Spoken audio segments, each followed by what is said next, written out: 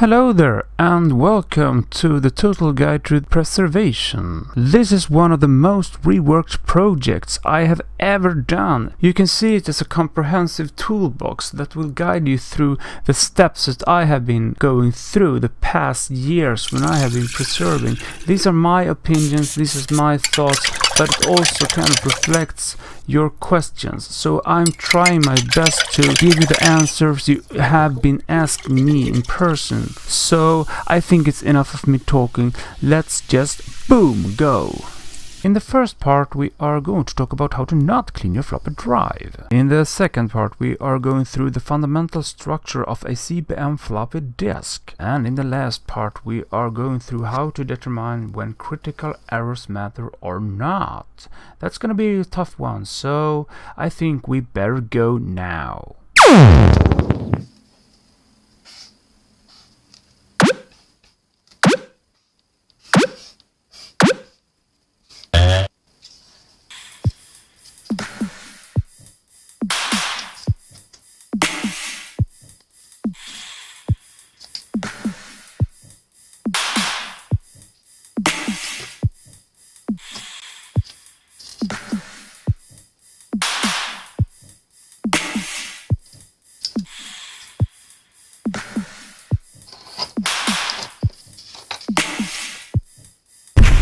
Hello there and feel welcome to the part where we are gonna test some things. And what you are seeing here is not some kind of, crystal meth or cocaine lab, even though the powders are free to use for other purposes. But in this case, this is a kind of a collection of solutions or fixtures that I have been suggested by you guys, or well, some of you. This has to do with how to clean your 1541 or your actual floppy drive when it's getting dirty. And I'm speaking about the writing head. And I have to say that you guys, you are creative. And we're gonna go through this really easy, as always. And I have a little list that we are gonna check out what is gonna work and what is not gonna work. Right, all right. We have some spoons here, everything is just, just dig in with the nose, so to speak. The first one is salt. The salt, yeah. Some people say that you can just use salt on your head and kind of, you rub it. You rub the salt on your head and it will do the magic. All right. I'm not entirely sure, but if you are doing that, let's see what's gonna happen actually. Let's make some space here. Oh, really? Oh my gosh, what the... Really? Let's give the salt a try. Alright, so assuming that I'm not gonna, destroy a floppy disk, station or drive, that's not the purpose, but this we're gonna see. This is salt, and I'm gonna put a little bit of salt there, and I'm gonna go for, this is water. Okay, I suppose that you're supposed to, rub it in with some water, and as we can hear, it makes a very funny noise here. And of course I'm using this spoon here, but it's, well, if I'm gonna rub it around for a while, I can actually feel that it's dissolving. And it's some kind of solution here. Maybe I overdid it, but actually it's kind of smooth now. But still there are particles in here. But if I'm, rubbing it up a little bit, now it's alright. It's okay. So suppose you're gonna rub this on the drive head, or the writing head. What's gonna happen is just that, it will just leave salt, dried salt on the surface, on that little poor epoxy surface. So I'm afraid to say about the salt, I'm gonna pass the salt actually. So for our test here, we can just write down salt. The salt will get a red dot, as in no. No go for the salt. Alright, let's try this one here. It's actually baking soda. Yep, there we go. We have the baking soda. We're just gonna, you know, pour out. Well, maybe just like that. That will be fine. And we are gonna go for the H2O, the water. Let's see what's going on here. It started to frizzle pretty fine here. Like baking soda is. And accordingly to what was written is that the baking soda will do the magic to kind of dissolve and, you know, fix all that dirt. And you just let it, you know, do its work on the reading head again. And it will kind of do the magic. Well, I don't know, but this feels like some kind of kindergarten experiment, you know, when you're making things. It smells pretty pretty special in the room now as well. And still here, I'm not sure. Well, baking soda in a way has a good purpose. It can actually dissolve, you know, it can help to bleach things. But as far as I'm concerned, do we want to bleach the head? Do we want to... Whoa, that didn't sound too good, but do we want to bleach the reading head? The writing head? I'm not sure. I mean, the idea is pretty stunning, but what about the particles? What about the leftovers that will stay on the head? I'm not sure. Are you gonna wipe it off, or... I mean, just look at this. It's some kind of misty... It feels filthy, so you really need a cloth anyway to kind of wipe it off. And as I can feel now, it feels like there's something on here. It doesn't feel right. Still, if you see, this looks like something totally else. So the baking soda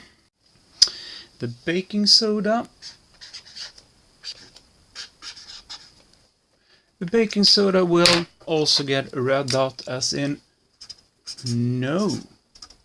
Won't do it. Not for this purpose. So let's move on with the potato flour or starch. And again, we're gonna just pull out a little bit like that.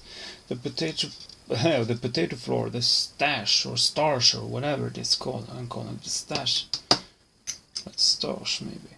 And according to like the legend, the myth, this is supposed to, you know, kind of lift. It will soak up the dirt from anything, you know, from the head there. But yeah, this is more or less doing what we used to call moon sand when I was a little boy, you know.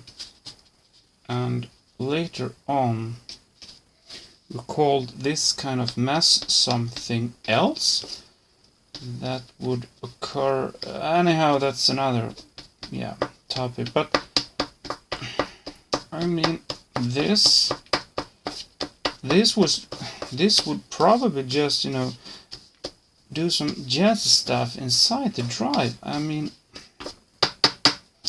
this just feels wrong, and I'm getting, you know, feeling like Snow White here. So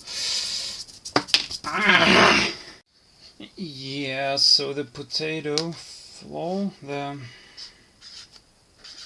pot, I'm just gonna type pot, yeah, and the starch. The starch will, of course, it will get red, and no, that's not gonna do it for the day. No way. And the other one here is the bicarbonate. It's a little bit similar to that baking soda, but this is a like more stronger solution. So I'm just gonna... Whoa, that would be interesting. And we are gonna take a fresh one here. Pour out, well, I'm gonna pour out the whole damn thing. I'm just gonna, you see, this is even hard to dissolve.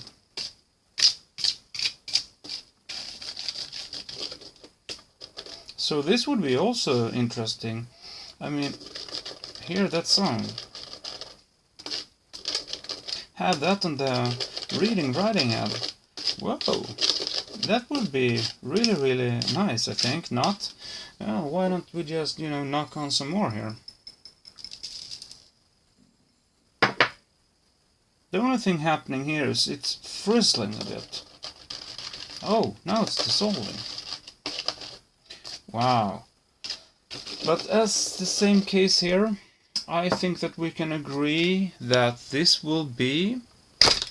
Let's do it here for that carbonate thing. Oh, not use that one. Too big, too big. We don't need to spray it out. I'm just gonna, what am I gonna call it? Carbonate, I think. Carb something. You know what it is. Anyhow, I don't give really too much because I'm no. I just say no. You just made the list. But you guys were kind of, you know, you were very creative, and you also suggested this little thing here. I'm not gonna even pretend to drink it because it's vinegar. Well, in a way, vinegar can be good, actually. I have been using it, well, not to clean the actual writing head inside the drive, but I have been using it to kind of, you know, work on corrosions and rust, and, you know, if you get some really dirty old bastard screws and you want to make them brand new, spanking, shining again, you just put, you know, a little bit of vinegar on top of them, and you can see that it has a bit of a yellow, what is it called, yellow transparency in it. So this is good because it kind of, wow, that was funny. Wait a minute, didn't like some kind of, I hope this doesn't cause some kind of chemical reaction here, because else I'm gonna be, you know, shit in my pants, so to say. But as we can see, wow, this is kind of interesting. Like I said, I'm no chemistry here, I'm just doing some kind of experimenting here. But I can see that this process could be kind of funny, you know. I'm not sure if I would use vinegar on the reading head to clean it out, because what I'm suspecting here is that it's a little bit rough, and that epoxy surface that if you use the vinegar on it once upon a time was there, it's gonna go crazy, and we don't want to do that. So you know what's gonna happen now, okay? Yep, that vinegar. That vinegar. You just no. You made it to the no list. So that's about it. So what can we conclude about this? If we are going back to the first one, we tried the salt. That is a big no-no. What salt will probably do is just to leave stains and marks on that poor head. That's the only thing it's gonna do. And since this is kind of, you know, a coarse kind of salt, if we're listening at it one more time, this is probably, if you are, you know, you wait for it, then it probably will dissolve and get, you know, make a nice smooth transparent solution. But still, when it dries out, we all know the process. At least, well, I kind of followed along at the lessons back in the days, you know, and it will leave a salty cover on the surface. So no, I'm sticking out no. So all of you who have been, you know, pretending to know salt is the best solution ever, I'm sorry to say, but that is not gonna work. And the baking soda. The baking soda was kind of fun. It made, you know, if we're pouring it in here, ooh, it's starting to make some funny noises. And I have been seeing baking soda used in some kind of retrobriding projects, and, you know, when you wanna clean things up, and I've been using it to clean metal and some plastic stuff as well, and I have to say it works decently good. But for the floppy, nope, I'm gonna let it frizz along here. It's not gonna do it. No. So once again, no, it won't do it. And that potato starch, where do we have it? That flow. This one. Well, it's the same with there. I don't see the purpose, because the only thing it will does in the long run is leave marks, you know. Again, it will leave resins on the head, and we don't want to do that. So the potato starch, or whatever it's called, the flour, I just give it no. And this little, again, the bicarbonate thing. The bicarbonate thing, it's a little bit more, you know, a stronger solution than that baking soda. It's more or less the same, but this is more like harsh, and it's really coarse, you can see here. And what happened there is a bit of the same. It would just, you know, frizz, and well, no, leave me alone. I'm not gonna go there. And that, let's take it easy with a vinegar here. Nice thought, but no, I'm not gonna go there. So, and I mean, you guys, like I said, you are creative. You are really creative. One, he or she, I don't know, whoops, suggested some acetone here and said that this is good stuff. Yeah, with one smaller note, the acetone and epoxy. Yeah, once upon a time you had that. And this is some kind of benzene. I don't think so. It was also suggested. And you have some red ethanol here that someone said this is good. I haven't tried it. I have heard it several times, but I'm not entirely sure. I wouldn't do that. And this one was really funny. Someone even suggested lacquer or thinner. I mean, come on. What kind of... I don't even want to go there. You know, it's so stupid that I'm laughing here. But this is kind of pure isopropyl. It's deal. This one I have been using when it's really dirty. So this one, I'm not, what, ethanol, yeah, or I'm just gonna call it, we're gonna write it on the list actually in real time here. Isopropyl alcohol. The alcohol, I mean, that is what I'm looking for, not ethanol, alcohol. That one. Sure, you made the list, but this is, yes, please. When it's really dirty, then you can use it.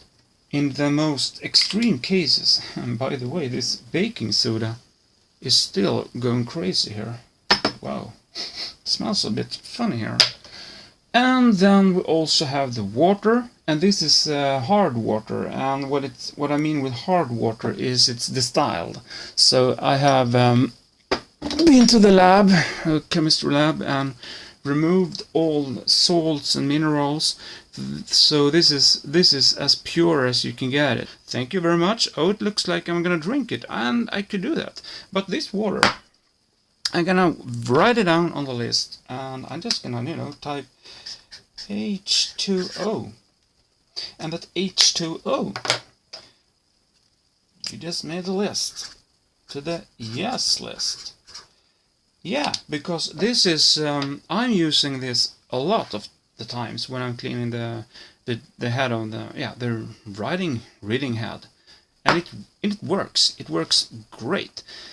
So to kind of resume this, what you need is actually isopropyl alcohol when you are dealing with some really hard cases, when it's really dirty and you don't know how to get it clean.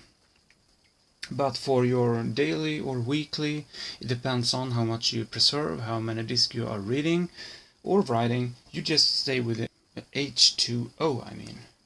And it works, and you can take some tap water, of course, but I really recommend to use some distilled water, or in this case the hard water.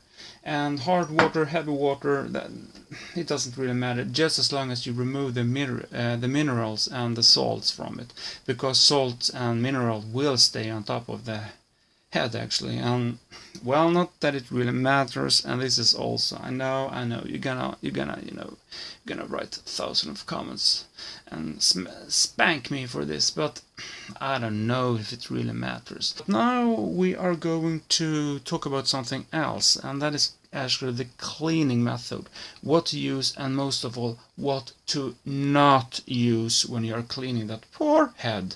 So hang on.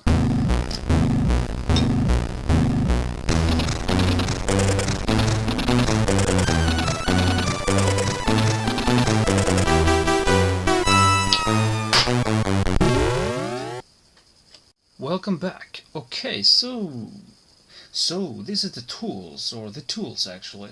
I have been suggested a lot of recommendations how to clean your floppy drive and how to clean your floppies. And sometimes I'm just questioning myself, what's wrong with people? I mean, I don't want to sound like that, but still, something is fundamentally wrong sometimes. Here I have a cup of, or actually a glass of iced tea, because it's pretty damn hot in here, so... that's much better. Thank you for that. Ooh, it's quite strong. It's a Long Island drink. But anyhow, Speaking about Long Island drinks, we also have some kind of solutions that we are gonna deal with. This one here. Ooh, that one is... we're gonna go through the solutions first, I think. Just let's do this. Okay, this one is isopropyl alcohol. It's a kind of friendly solution. I think I have kind of distilled it down to about 40%. This is pure water, and this is water and soap. Let's do something else first. Much better. Alright, so we are going to distill, or actually stir this around. It's looking smooth. It's got that nice and smooth surface. So that's about it. And the tools we are going to use in this scenario, I'm just gonna put these aside a little bit here. And once again, these are kind of, you have been recommending this to me. This is the old-fashioned Scotch Brite, a green one, with a nice and smooth surface. And we also have some kind of sponge here. Feeling pretty nice actually. And this one here, we have been using that one, whoops, in the past. But yeah, that one has also been suggested. Okay. And we got ourselves a toothbrush. And we got ourselves a little pencil here. Nice. And we also have some variation of tops here. Different. These are kind of, one brand, and this is another brand. We're gonna go through that, and we also have some kind of softeners, fresh up things, and this is some kind of, for if you're getting yourself a cut or a wound, you can help that. Yeah, you can help it. Yeah, I know. And this is some kind of padding, or well, it's cotton. And here we have a big, nice cotton pad. I mean, this is a very nice quality, by the way. And these, if you are looking here, I have marked them up because they are different brands. So they are kind of 4 different brands. They are looking a bit the same, but they are not the same. It's 4 different brands, and we're gonna see what we can do with that. We're gonna go slow here, and we're gonna take it easy. One user, he suggested to use a Scotch Brite on the actual drive to clean the drive head, the reading writing head. He said this is good. this is very good, because it will, you just wet it up a little bit and you scrub it on. Yeah, you scrub, that's correctly, you scrub the whole epoxy off that head. That's the only thing you're gonna do with this, and I'm gonna show you right now. Just move this away, and we are going to take a little fine piece of paper here. This is a very, very thin, nice paper, and just look here. I'm gonna scrub as gently as I can.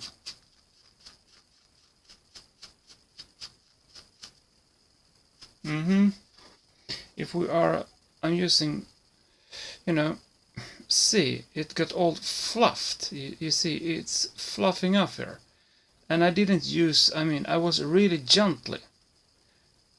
God damn it, the whole point is you would just destroy your drive. So don't go for this, and not even the soft side of the sponge, because you don't know what's been on here. You never know. Well, it's fabricated and it's new, but no, just forget about it. It's not gonna do its work. See, it's just roughening up everything. I didn't pull this off myself. It was the Scotch-Brite that did it. And the same with this sponge. It's, come on, some logic sense. This is hard. We can just take the other corner, and I'm going soft. That's the thing. It sounds rough, but I'm going soft. And again, it's, see, I can, just to compare, this is how it looks like. And this is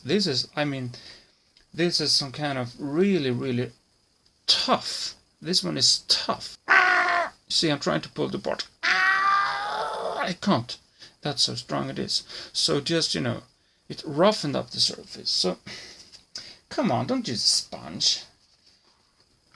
And this one, well, this is a microfiber pad. I have to say, it can work. It can work. Because I'm being kind of, kind of gentle here. But still, there's nothing, I can't pull anything off here. So this, I wouldn't recommend using it on the drive, on the head of the drive actually, because, well, let's get serious. Forget about it. And someone said you can use a toothbrush. Come on. It's just silly. And someone said you can use like a brush. Well, I don't see the point. I don't see the point. So we can just, be kind of goodbye with that, goodbye.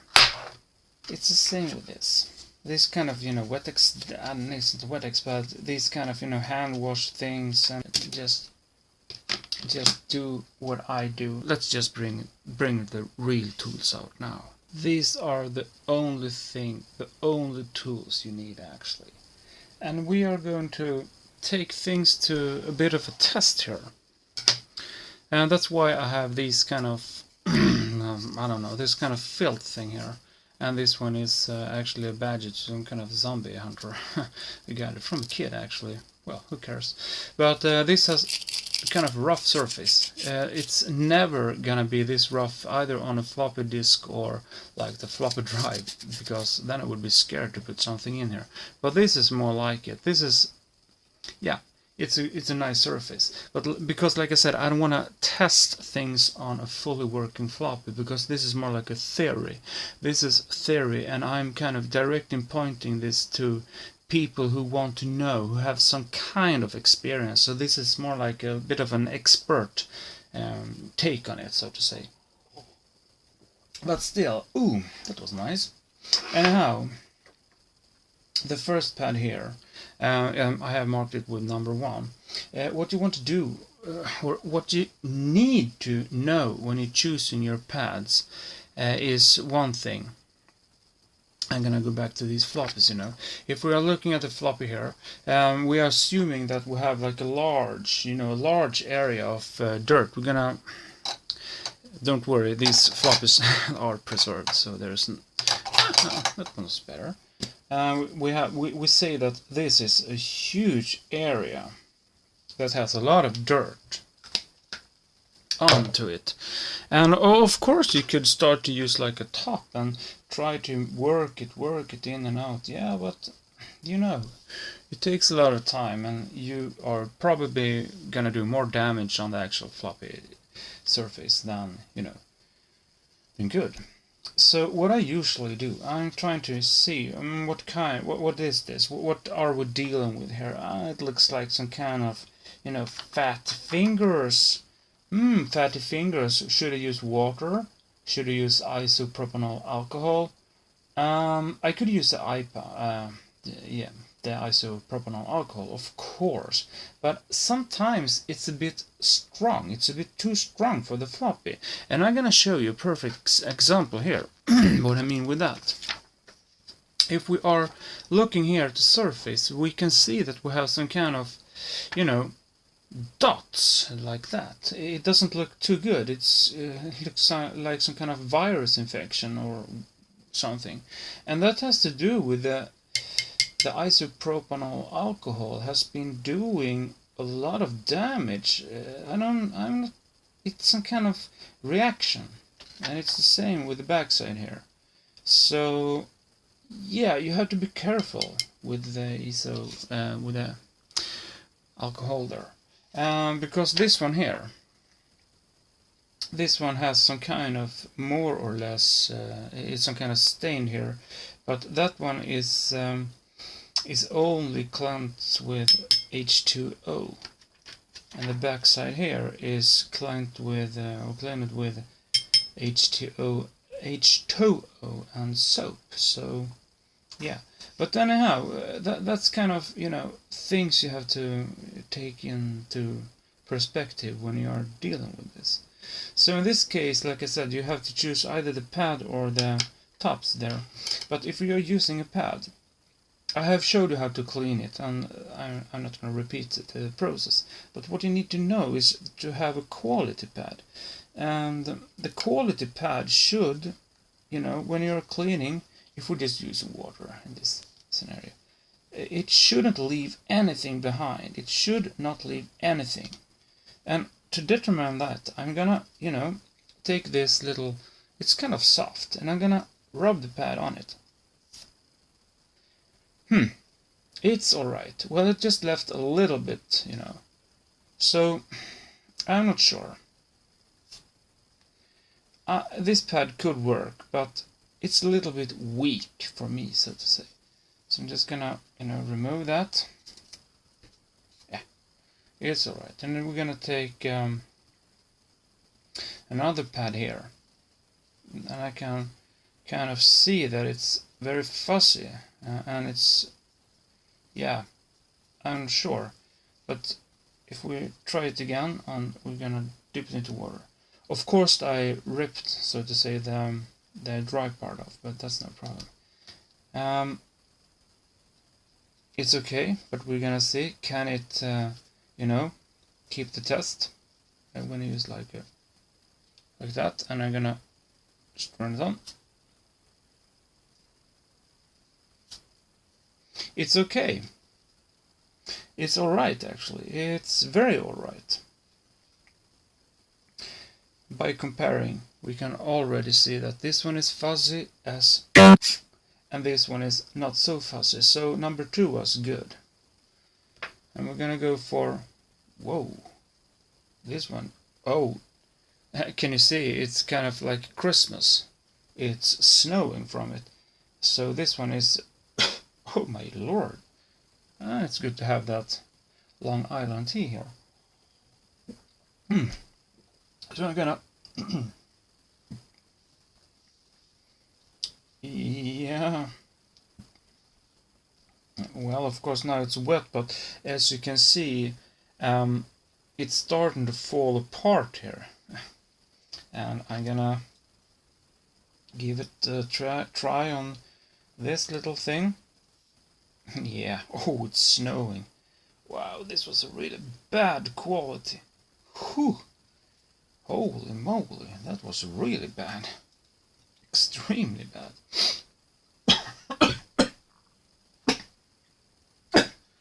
Oh, yeah, okay. So there are some differences yeah, between different pads. And this one is looking really nice. It even has some kind of stitches around here. Ooh! And it was kind of expensive as well. But it doesn't matter. Maybe we need... yeah. We have a little... Wow! That one is also soaking up very nice. I really like it. Let's see if it can hold up to the test, so to say. If I'm giving it... Oops! Alright. Well, if I'm just giving it... Wow! 3 times! But still you can see the fabric is really... Wow! That one is excellent! That one I would use. So, let's just, make things... I should have had some kind of black, background here. Maybe I can fix it. Ah, magic. There we go. So, let's line this up. So we are I'm gonna try and see here. I think this is good angle actually. If we're looking here, that was the first one. It was really nasty. I'm gonna lay it down actually. Because if we are looking here, we can see that this one is no good. Well, it's all right actually. It's not too bad, but still we can see that it's you can use it, but you have to, even if it has some stitches here, it's still a pretty weak one, and you can judge it by, of course this one is a bit moist and stuff like that, but still you can, if you're pulling it, you can see that the texture actually is no good. And the second one here, I'm not sure what this is all about, but this is, just made to ask for problems. It's a cheap one. They have just took like 2 pads and boom, pancaked them together, so to say. And this one here is snowing. I'm not sure if I want to have Christmas already, but alright. That's the third one. It's the same here. They have kind of boom, smacked it together, doing the waffle buffle, so to say. But it's not too bad. But it's snowing. And this one here is the most good one. You see, I can almost tear it apart. And you can see the structure is all right. I have to say it's very nice actually. And it also have a nice pattern going on here. So probably this is the one I would go for. And if we are comparing, these two looks kind of similar actually. They even have the same, pattern going on there. You could almost say they are identical, but they are not. Because this one, like I said, is no good, but this one is very nice. And the number 2, well, the pancake, so to say, it's alright. I could use it because it has a good feature. Well, even though it left a lot of stuff here, it's not that bad. But the baddest one, the really bad boy, is this snow monkey here. It's really snowy. That one I wouldn't use actually, because that one is crap actually.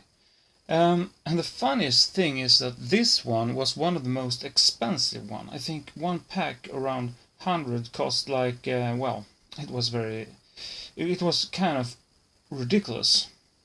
Because this one was in the mid-range, and this one is my favorite actually. And the good thing about that is it has a big brother, this one. And this one, these are like, the same manufacturer, whatever, I don't really care. It's up to you to actually do the work. I mean, I'm dealing with this daily and I'm giving you the tips, but sometimes you also have to go through the process, you can't have everything served on the silver plate. You have to do something yourself too. So, but this is, like I said, this is more like a little explanation about the process. Again, we are talking about processes all the time, but what to keep in mind, what to think about, how it works, and what you don't wish to have on your drive or on your head, or things like that. And we have one left here. This is a little ball. There was someone who said that it's so damn expensive to buy the pads because you can only use them a few times and then you have to throw them away. So it's more, you save money if you're buying those little balls that you can kind of, fold out. But yeah, as I'm starting to unfold this, it more or less looks like some kind of spider web, and I can directly see it's yeah, you see what I mean. It's really fluffy, and well, I don't think so. Yeah, and when using the isopropyl alcohol, I would only use that in cases when things are really bad. Like, I'm not sure if I don't have a good example actually, but it's right. We have already covered the different type of dusts. Of course, you can use it when you want to dissolve more like dust that has been grinding into the floppy more or less. It shouldn't be grinded in, but if it has been you have stored your floppies in like a garage or in a storage in the basement, and you have 20 years of old dust that has been pounding down on the floppy, and you have some some really hard things to get off, then I would use isopropyl alcohol. But it's not good for the floppy.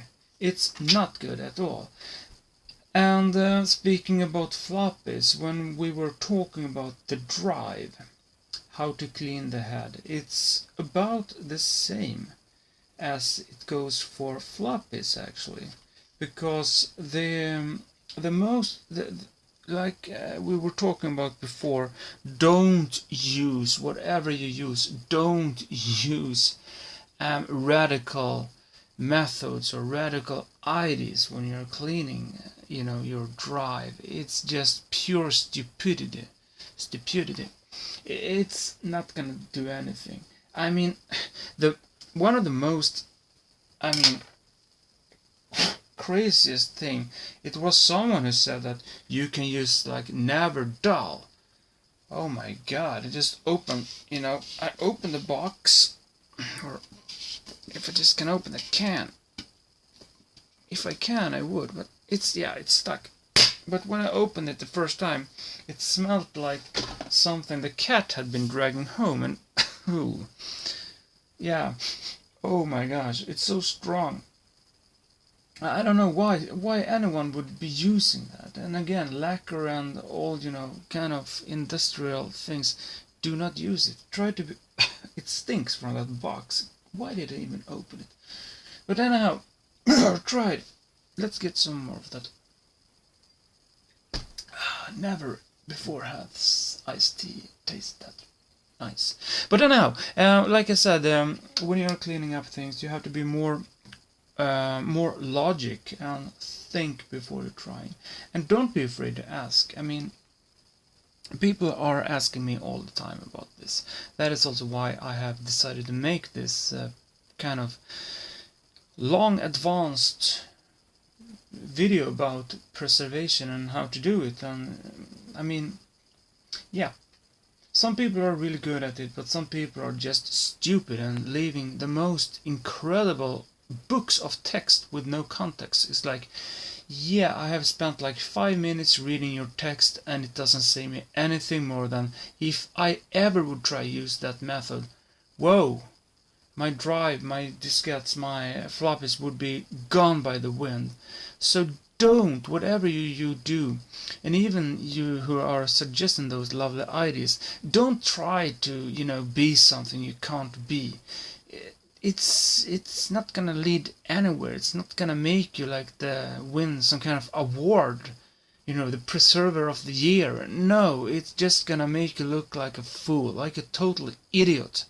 sorry to say that, but I have been around for so many years and I have read so much about, some people say, oh, to remove that stain, oh, you just take, take some lacquer. Woohoo, that's the best idea.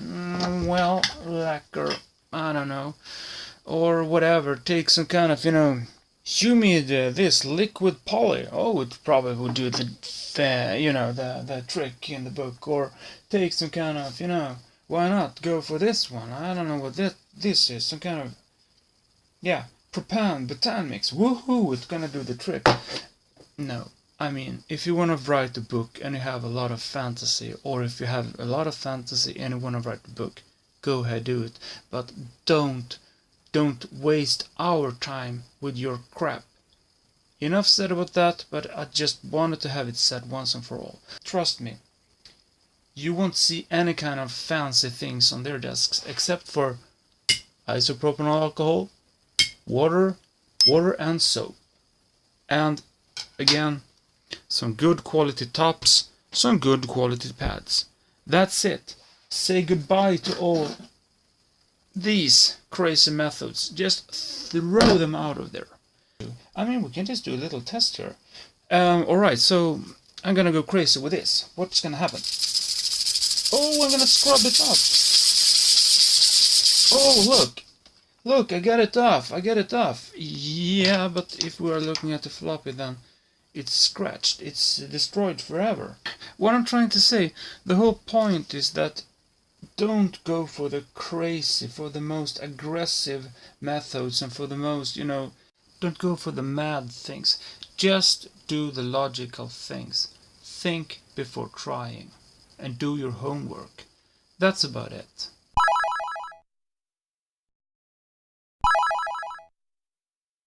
When you have been preserving or actually reading a bunch of floppies, it's just a matter of time, it's just a question of time before you will run into errors. And the errors are mostly because it is dirt on your writing head. And it comes from the floppies actually.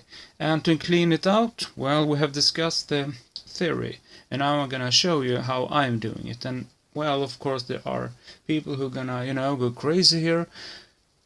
What? So let's open it up. Let's open it up. There we go.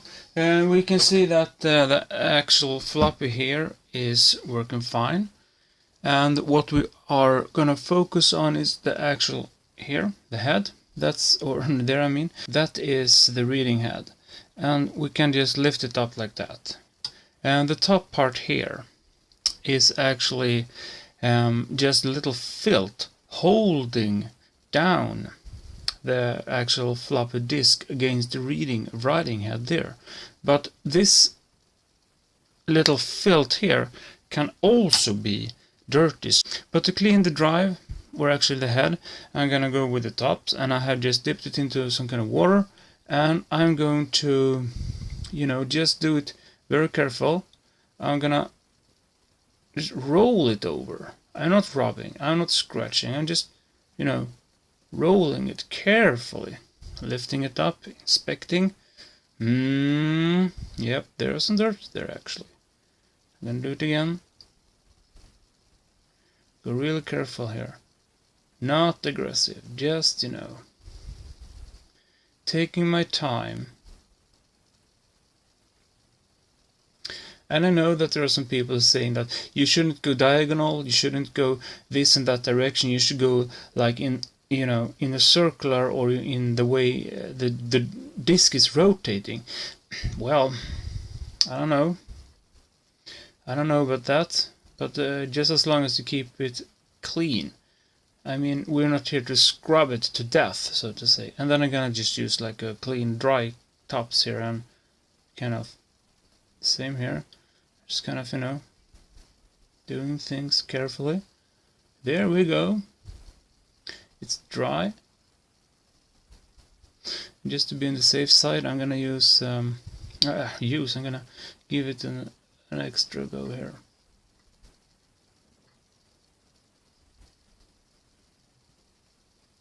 And same again, I'm not, I'm just dabbing, so to say. I'm not doing this hard. I'm not going mental, so to say. This is how you do it. Once again, you're just using good tops, a little bit of water, and if it's really dirty, and I mean, you know, if you're just lifting it up and you see that, wow, that head there is really dirty, then you can go for some isopropyl alcohol. But if it's not too dirty, just go with water, and distilled water. You know the process I have been talking about earlier on in this tutorial. So that's about it, and I wish you good luck.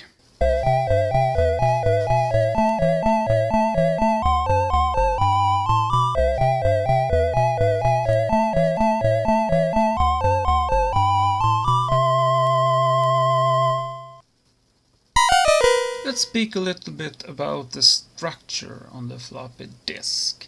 Normally when you are like receiving floppies or you are preserving a floppy, it doesn't really matter, but there are some kind of, you know, identity to it. In this case it indicates it's probably championship wrestling and Bazooka Bill or something like that, but it's not necessarily sure that this is what's really on the disc. And this artwork, I don't know, because in this case it could also be this. It could also, you know, contain Bombazal and Hellfire and Fantasy, or even a filthy version of Rambo 3, or we don't really know. But one thing is for sure, the 1541 will know.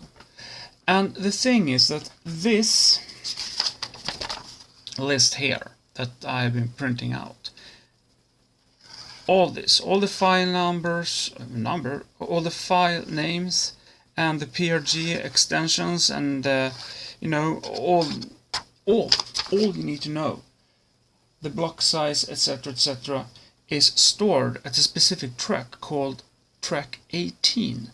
That's the index track. And the index track is one of the most crucial tracks. This is the track you don't wish to have destroyed. And for some funky reason, when you are typing, you know, do you want to read the directory? What's gonna happen? It's gonna go for track 18. And if you have a bad drive, or the head is not clean, like I have mentioned 100 times now, you will get error. And track 18 will be worn out. Let's have a little look here. Track 18 is about located here, in the middle of the disk actually. But the actual file structure can vary. This is where the file index are, which keeps track on the file names and other things. But also, it doesn't mean that it's reading from, you know, sequentially. No, it can be read. Well, I mean, the files are stored at track 18. That's no problems. But where the different files are allocated, it can be anything from one file can start here, there, and you know, it has some kind of order but not order at the same time. And if we are going that way, like I said, track 18 index, and it starts at track 1 and it ends at track 35. However, there are some special occasions when, you know, you can have 40 tracks. And 40 tracks discs are read in a special way. You need to have a special program for that. Yeah, that's about it.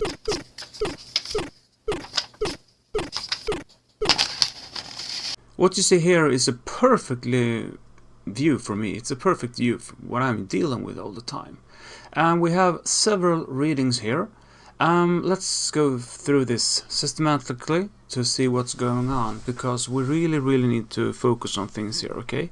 I was trying to aim everything you have seen so far to be from a more theoretical perspective, but I also realized that I need to go to another path, so to say. I really need to open up a little bit more to the practical field to see how it's really working, and actually to be quite transparent, and that is what you have been asking for. So great, with a good sip from my tea, I'm gonna go through these things here. And what we are seeing here, this one is the first reading I made, and it looks great. If you're looking at the surface, you can see we have all the files here. You have the unarc and everything. Alright, but if we are taking a look at, if we're marking that one and we're taking a look, we can see at once that we have track 3, track 4, track 6, track 14, and we also have 28, 29, 31, 34. These are error. These tracks contains errors. To scramble things up a little bit, one thing in a normal, I just put the word normal, bold, underlined, or whatever you will say. Track 3 here is actually empty, so here it doesn't matter if it's an error or not. But still, yeah, you know, it can be written, it can be, you know, have some hidden data under here that we clearly see that something is going on here, so we better have a perfect reading of that track. And the fourth here, you can also see track 4, we have error on sector 23. No, sorry, sector 13 that's where the error is. And we can also see that here it's indicating something is wrong. And if we are looking at 14, we can also see that sector 5 is where things are going wrong. And maybe this doesn't make any sense to you, but for me it indicates that something is weird here, because you have, out of the blue, you have reversed numbers. And that's not what we are looking for. Yeah, you get that by the years you are preserving and with some experience. We can also take a look here. Oh, things are looking empty here. Empty, weird.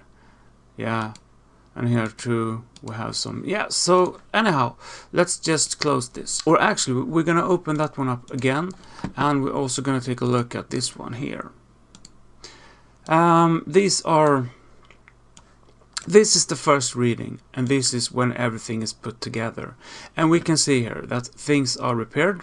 34 is fresh, it's working fine. And if we're looking at the error on this section here, 34, and then we are jumping here and looking at you can see that there is a huge difference between these readings, so to say.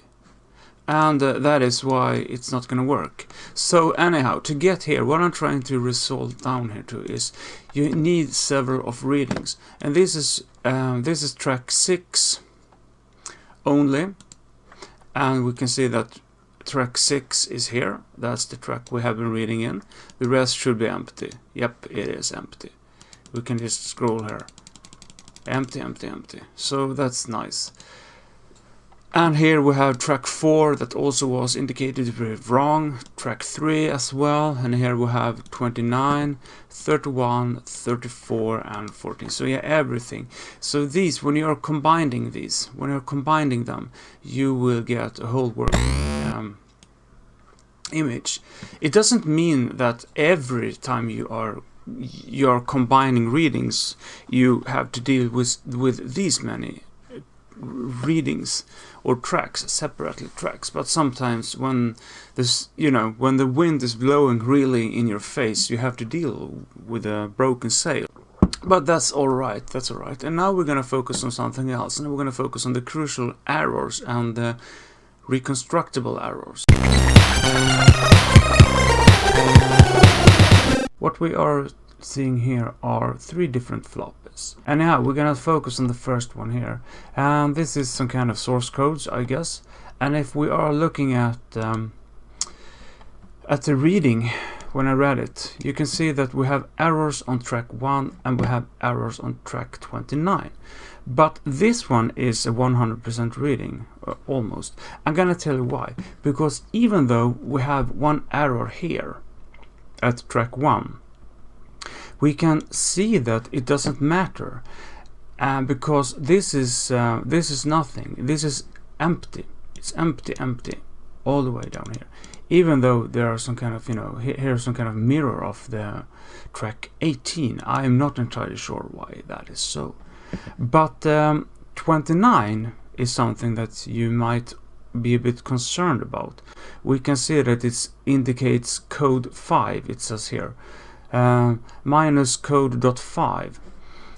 But if we are looking at the actual floppy image, we can see that it has a little star here, and it's indicating it's not going to work. It wasn't written correctly to begin with. One thing for sure is that we don't need it, and if we are opening it up here, yeah, sure, we can see it's probably some kind of music data. I don't know, no, but still, it's no win, because if we're looking here at the plasma, that was a picture actually, and the up scroll here was a compiled one, and etc, etc. You can see that everything is working fine here. Note writer, yeah, you can actually see that yes, this is indeed good data, but this one here is just junk. So that one is correct, even though it contains 2 errors. It's error that doesn't matter. And if we are looking at this one here, we can also see that everything has been read correctly.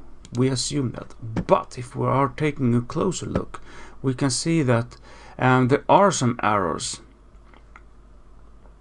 And the 3 file, the -3, is critical. That one there, that file is critical because something has gone wrong when it was read from track 4, 5 and 6. So this one is broken. So this one is crucial. You cannot, this is not a complete image, while this one is a complete, even though it contains some errors. But the errors here are non-significant, but the errors here are indeed trouble. And this one here, when I remember this one specifically because I was having a hard time with this one. This one here is a reconstructed floppy. Alright, because these tracks here from 1 and to 13, as you can see, they are nothing written here. They are empty. Yeah, that one was just a flaw. But yeah, these are empty tracks. But when I read them, there was some kind of weird data going on there. But it was not from the flop, it was something else that was resting there from some kind of... It was leftover data from another format. Yeah, it didn't matter, that's what I'm trying to say. So here are when the things are getting interesting. Because here you have that SPL bust rip. And it goes back here, back f.hell, etc, etc, etc. And these were coming out good, but here it was empty. And as we can see here, it's 526 blocks free, so it indicates that you have plenty of space left. It makes sense. How did I reconstruct this? You just asked yourself and asking me. Well, the thing is that I have a special directory which contains empty tracks. This one here is from that track. So this is a reading that has an empty. I mean, it's nothing written on this track. And 2, 3, 4, etc. Because when I look at the track 18, this is where the directory is stored. I can see where the files are linked. So there were no links referencing to track 1, 2, 3, 4, 5, 6, 13 and etc. here. The only tracks it was linked to or is linked to are from 14 to 22. So it means that here are the actual data. So it didn't matter if I had lots of errors here. They were no function. They were not doing anything. So I just filled in the error tracks with empty tracks because they didn't really correspond to anything according to what I read out from track 18 and 19 in this case also. Yeah, so this is a reconstructed floppy, so to say. So to begin with, it contained a lot of errors here, but they didn't matter, so I just filled them in or injected, merged with correct files. And this was to get a correct file structure and even a file size. That is how you can determine when you are dealing with critical errors that we had here, errors that doesn't matter, and here when you have to reconstruct a floppy. But that is really advanced, and I think this is only done, you know, when you have these preservers like me who are determined to get the finest work possible. And this also takes a lot of time to fiddle it together. But yeah, so you can reconstruct if you have the correct data. You can reconstruct. You can even reconstruct a broken floppy image from an existing that is preserved, but maybe they have put on some kind of, an extra program and a little intro that wasn't there on the reading you had from the exact same floppy. Then you can just inject that file to your preserved floppy, and you will have like the preserved new floppy. Get it? Yeah. That's a little bit you have to think about, but this is it.